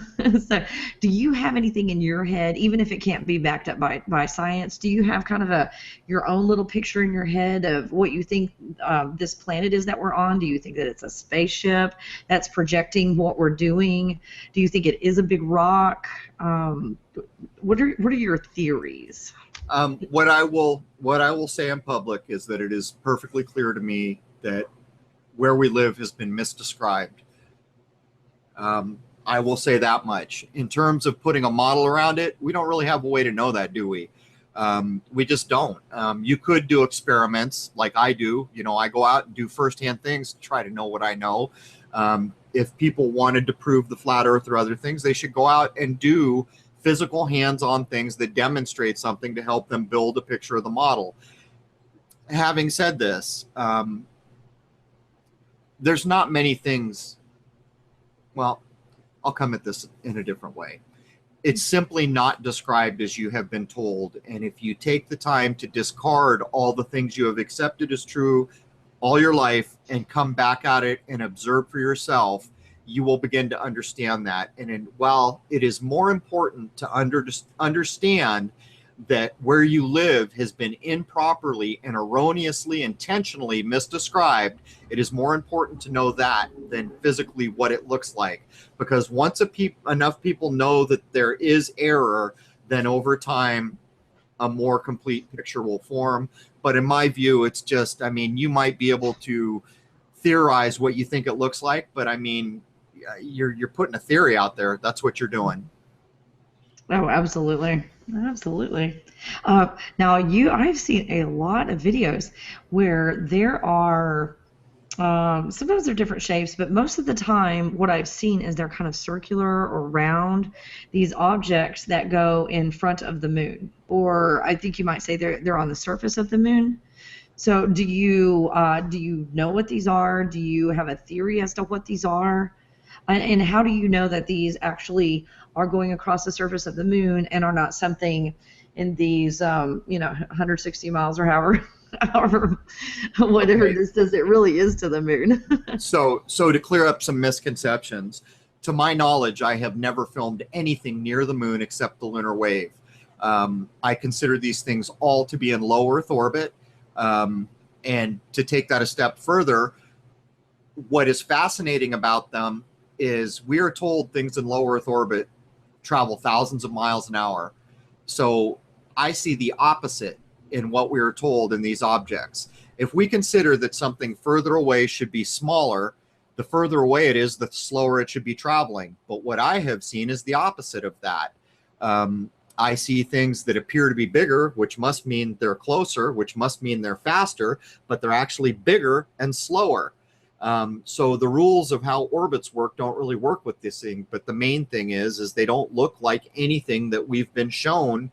I have filmed a few satellites that we can identify, and they look pretty much like you'd expect. They have solar wings, and they're humming along at a huge speed. They cross the moon in about a second. So what are these black round objects that look like they have a magnetic halo around them? I've shot them, others have shot them, and they don't look like anything they've been shown. To me, they're almost certainly part of deception. Why else would it be that we don't know what they are? And why else would it be that if I can shoot these things all the time with my equipment, that places like NASA, who are actually supposed to be informing us, have never said anything about them? Yep, we have the acronym NASA. We have several things that we call them, but I can't say some of them. in mixed company. They're not complimentary. I'll just put it that way. Let's see. Crow said people spoke of time before the moon. Did any of those people say how it got there and by whom, etc.? The only person that I'm aware of is Katim Alexander or Hadibov. What I'm about to say is his research. I, as a human being, have no way to vet it. I will probably not in my lifetime have any way to vet it. What Hadibov claims is that the moon was put in place in 18,000 BC. He further states that we have no history before the year one, that it's all just made up. He has things to say about other history, but claiming that the moon was put there in 18,000 BC, he says one other interesting thing, which I think is pertinent to this conversation. He did a study on the Great Pyramid, which he calls the Pyramid of Cheops. There is an opening in the Great Pyramid, I think it might be the front opening or something, I forget, that is supposed to align with the North Star or a particular star in that constellation, but I think it's the North Star. It's more than a degree off. And so what the Egyptologists have said is that proves it's just the ceremonial opening that was never really meant to perfectly line at everything. What Hadibov did was he calculated the tilt and angle of our planet without the moon, and what he found was that that alignment perfectly comes back into sync. Without the moon, his calculations show that the Earth would allow that opening in the pyramid to line up with the star that he believes it was intended to.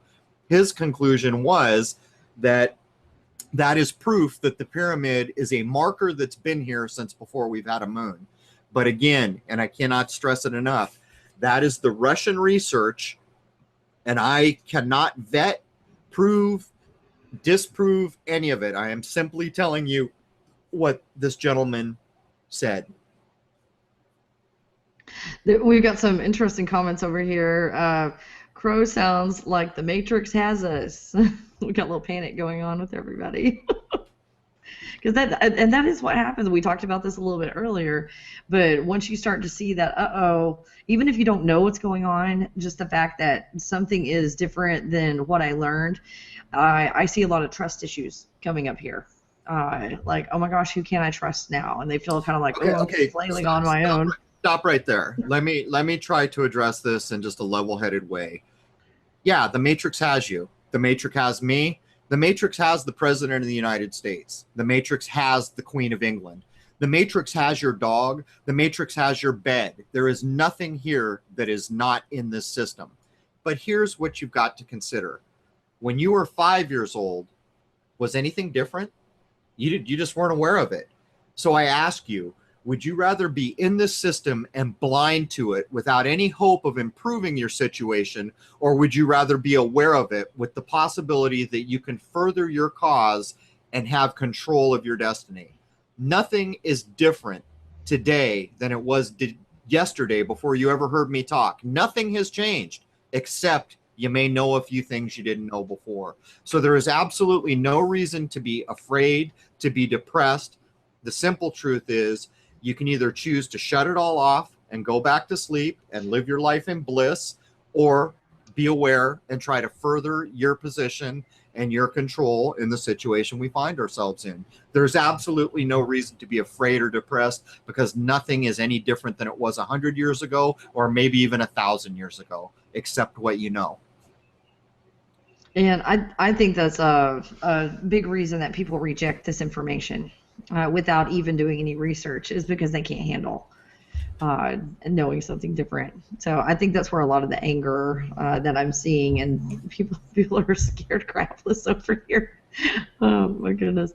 This is kind of an obvious question, but why fake the moon landing? I guess they're asking, what's the agenda? What's the purpose in faking the moon landing?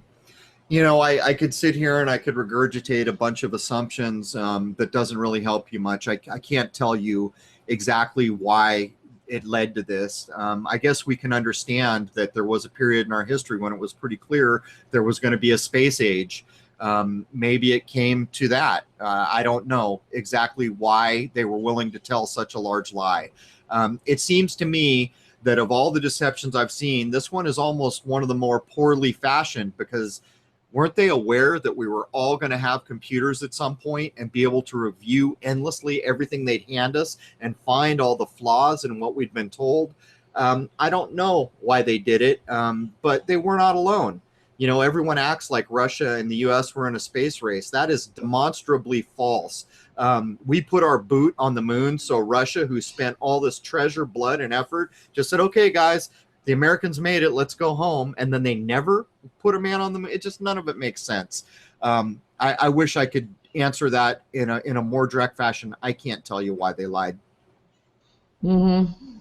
Yeah, they just wanted virtual bragging rights. Who knows?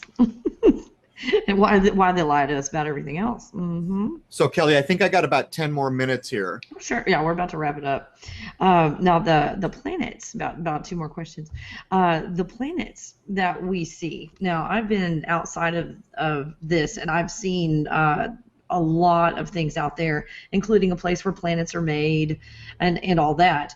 But it appears to me, I mean, this is how I'm looking at it, is that we are in something that is enclosed, and we are, like someone said, being transported somewhere else. But I look at your videos, and there was one last night I was looking at where you were looking at Saturn. Oh, that was beautiful. Your shots of Saturn, that was way cool. So is that really Saturn? Is that a projection on a dome? And how would we find that out? How would we know? The only way that I can possibly answer that question is to say the following. What I do is I do not accept any description of space that I've been handed. And I use my own eyeballs to determine what I'm able to determine, which is, frankly, not nearly enough. When I look at these planets, I don't accept the descriptions of those planets I've been handed. Further, I understand that there is a complete subtext-coded message in all the media we see that is chattering about everything being false. Hard to know. But what I do is I say I will look at them, learn what I can. I can't tell you what they are. I can tell you that I'm shooting something. I can't tell you if it's physically there in the way it's been described, but I do not accept any of the descriptions of space we've been handed. Mm-hmm. And that's why I wanted you on the show, is because you are very, very scientific, and you don't venture outside of that very much, and that's how you maintain your credibility. So thumbs up to you on that. And for the last question, sorry about everybody else. There's probably about 150 questions over here they want to know. How many questions do you have there? Do you have just a load? No, about 150. But I'm just going to ask you one. I'll tell you what, Kelly, I'll make you an offer. You know, I don't want to cut people short, and I know I'm not always accessible. I will go to 11:30, but if I do, I really have to kill it right then. 11:30 my time. Oh no, we'll have to stop before then, because we'll have 200 questions by then, and it'll keep getting deep. So we need to. Okay. We'll wrap this up. What about maybe coming on again? I mean, well, that's certainly a possibility. I just don't want to snub people who are taking the effort to try to know things. Oh no, we can't get through 150 questions. Trust me, it's gonna be too hard. Okay. Here's this one. I would like to know, what are the main obstacles Crow finds doing his research? I mean, interferences from outside sources like chemtrailing, online and real life stalking, those kinds of stuff too. So nice you got an interview with him, Kelly. Crow is awesome. In terms of physical hardships, weather manipulation, I have not been able to film for 3 weeks, and there is rarely a time here when we don't see chemtrails, although recently we have seen a lot of rain, which is rare for us in California, in our worst drought ever on record, I think.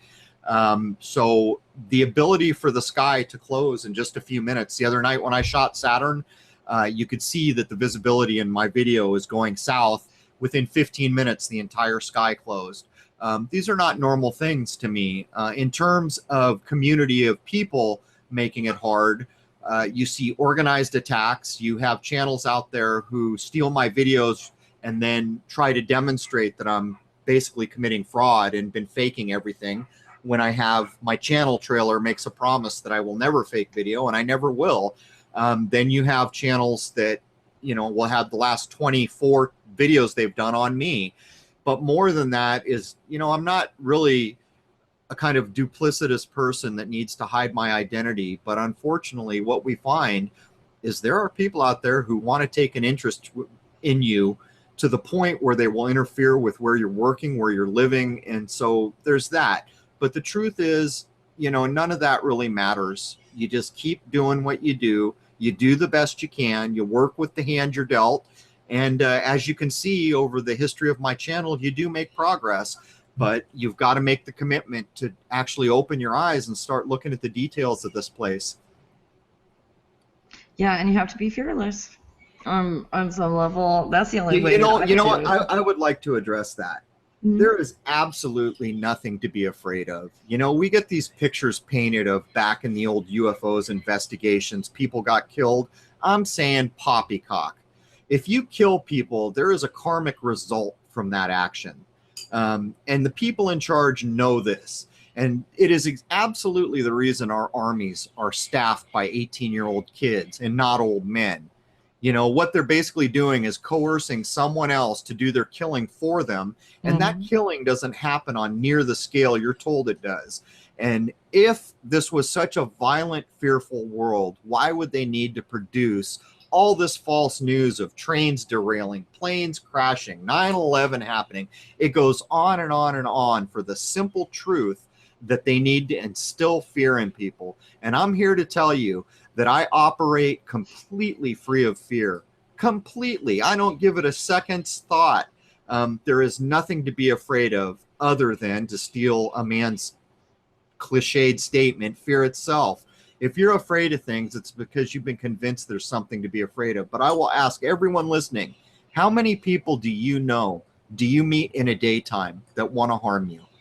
When I go out in a day, I meet new people, and they're cool, they're interesting. And then I come home and turn on the news, and all I see is bad, kill, rape.